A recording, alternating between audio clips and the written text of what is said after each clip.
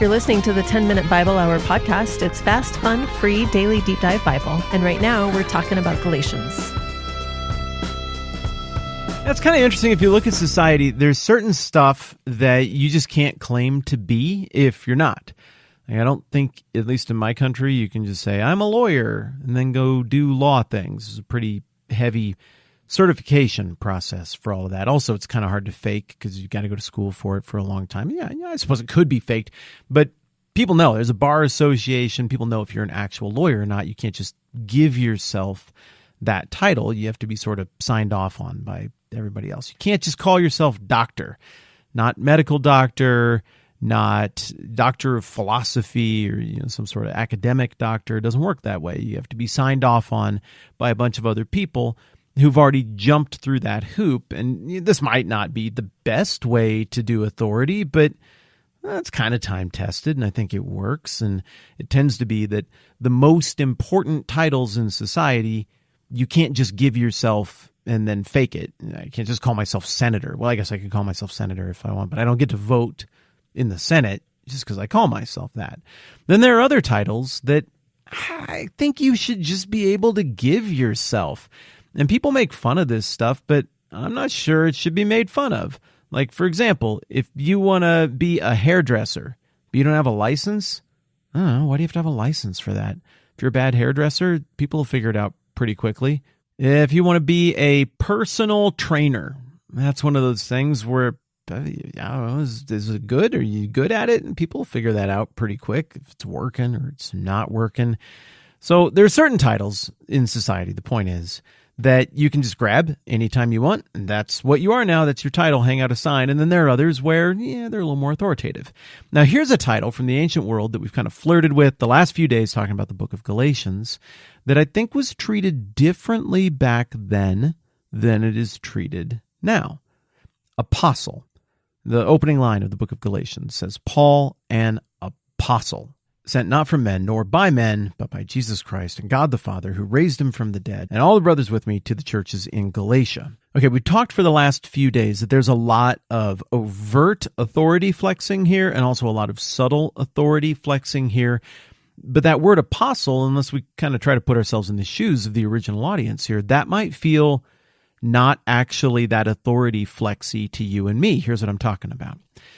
A while back, I was on a plane ride with somebody, and, we didn't really get into what I believe or what I do or where I'm coming from or anything like that. I was talking with somebody who, clearly they were having a day where they wanted to just share some things about themselves. Okay, that's cool. I listened to a whole bunch. It was interesting. I learned things about this person. And partway through the conversation, I'm like, I'm Matt, by the way. I held up my hand, and he was like, I'm not going to say his name, but I'll just make one up. He said, I'm the Apostle Brian. I was like, whoa, okay. And he could tell that my eyebrows kind of went up over the term apostle. He's like, yep, that's my title. I'm an apostle. And so, of course, I pulled on that string. I was like, well, how does one get that title? And he's like, well, God called me to, do these things, churches and ministry, street preaching and stuff like that. I was like, all right. And I thought, I want to pull on that string a little bit more. So what was that like? I just know it's what God wants me to do. Like, okay. So what does the term apostle mean? What is that? I mean, that's not a normal job title. What does that mean? Again, he has no idea that I think about these things too. He went on to say, it's somebody called by God, and I believe I'm called by God. And then at some point in the conversation, I was like, so is that different than like the Apostle Paul or the apostles in the Bible? And dude was like, no, it's the same thing. God called them, God called me. And I didn't argue with him, like, whatever. That's what your business card says. You're an apostle. Cool. You got a church that thinks that. But I'll tell you what I think. I don't think that's right. I don't think that's the right use of the term. I think apostle is different and unique. And I think the way he was using it was more like the way people use personal trainer or hairdresser today. I think it devalues the title. Apostle, in both the original Greek, that's the letter that the book of Galatians was written in, and Hebrew, which Paul also would have been very conversant in, given his line of work. in both situations, it means something a lot more than someone who follows after somebody. That's what disciple means. Anybody who follows after someone else is a disciple, follows after their teachings, whatever. But the word apostle, and we know this from extra biblical writing, that's kind of how we cross-reference to figure out what these words mean, and we know this from triangulating and using context clues within the Bible. Apostle in both Hebrew and New Testament Greek is talking about somebody with a very special charge from a master or a nobleman or whatever. They might have the signet ring of the master, meaning they get to do business on the master's account. They can sign for things. They have access to the master's credit card. They can make decisions for the master's estate. If they negotiate a deal, that is binding. They aren't just speculating about what the master wants. They hold a unique commissioning in a household or in a governmental organization to function as a representative, as an agent of that master. Now, I do think that is different fundamentally from disciples. So it's one of these logic exercises, right? How do I say this? All apostles are disciples, definitionally speaking, but not all disciples are apostles. In fact, a very small minority of disciples are apostles. So with the third word in this letter being apostolos, what Paul is saying is, I'm not just another disciple who speculates about the will of God. I have been uniquely commissioned by God to speak authoritatively on things like this. And by that being the third word in the letter, he's saying your situation has risen to such a level that it is no longer a matter of church debate and theory about like, well, are people saved by being circumcised? Well, that could go either way. That's not really a fundamental. Let's not divide over that. By saying the word apostle, claiming that title in the third word of the thing, Paul is saying your situation has been escalated to the level of high authority here. There are not two opinions on this. There is a correct answer. Apparently, you don't remember what it is, and it is going to be spoken to in this letter. I really think the original audience, not the people who read Galatians in the following decades after it got circulated around. I mean the people who got the letter and were like, I'm going to open it. And they opened it and they saw that as the third word. I think they knew what was coming because people back then had enormous social sense, much like people now have enormous social sense. But there's this underlying issue with Paul throughout the whole New Testament. You remember when we were doing the flyover of Acts early on after Paul goes through his conversion, there are people who are a little bit balky about him. They're like, I don't know. He tried to kill Christians. So there's some hesitation about that from the Gentile new believer side. There's also some hesitation about Paul from the very ultra-conservative, heavily Old Testament law, Jewish-leaning side of the aisle when it came to early Christianity. A lot of them were like, have you gone soft? Are you liberal? Are you throwing out the word of God by not making the Gentiles get circumcised to ensure their salvation and their right standing with God? So Paul, as a result, is constantly defending his apostleship, not discipleship. No one could argue that he was a disciple, but he's defending his apostleship, his right to speak authoritatively about all of this. Now, let's just start with the basics here. Is Paul right to do that? Is he actually an apostle? Well, according to Luke, it sure looks like it. According to the opinion of the early church and the reputation that Paul still has, it sure looks like everybody other than a few dissenters who Paul had to argue with we're on the same page. This was the majority position. Paul is legitimate. He is speaking as a representative of Christ, commissioned by Christ. And indeed, when you read through Acts, it's flat, beginning to end with no breaks.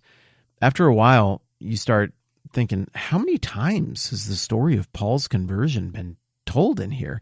I think it is the most oft repeated story in the Bible outside of the crucifixion and resurrection. It is repeated far more than the birth narrative of Jesus. It is repeated far more than Mary's interaction with the angel when she found out that she was going to be the mother of Jesus. It's repeated far more than classics like David and Goliath. That one comes up a couple times and maybe gets referenced elsewhere, or Noah and the ark. Paul's conversion is everywhere. Why? Well, apparently Luke felt the pressure to really spell that out in the book of Acts to make sure everybody in that original audience who was going to read this thing, and Theophilus, the guy to whom he dedicated the book, or to whom he said for whom he said he was writing the book, he wanted to make sure everybody knew Paul is just not a super disciple. He is an apostle. He is like Generation 1. He speaks with the authority of Generation 1. And one of the bonus side effects of Acts 15, remember that very important passage that is the Jerusalem Council. The outcome of that was very important. It was also very important to the stability of the entire early church that everybody who heard about the Jerusalem Council and who read the book of Acts noted that Paul was there and spoke authoritatively and was regarded as one who could speak authoritatively. And James and Peter and all the other rock stars of this movement, they all fully accepted the story of what happened to Paul. And I mean, honestly, why wouldn't they? It's the best explanation for what happened. He just flipped. He went from one side to the other. Miracle is probably the most rational explanation for what occurred on that road, even if you hadn't heard all the details about it again and again from Luke, and then also from Paul, who gives us little tidbits about that conversion story throughout his letters as well. And look, this has implications for how we read the whole Bible and how we read all of church history.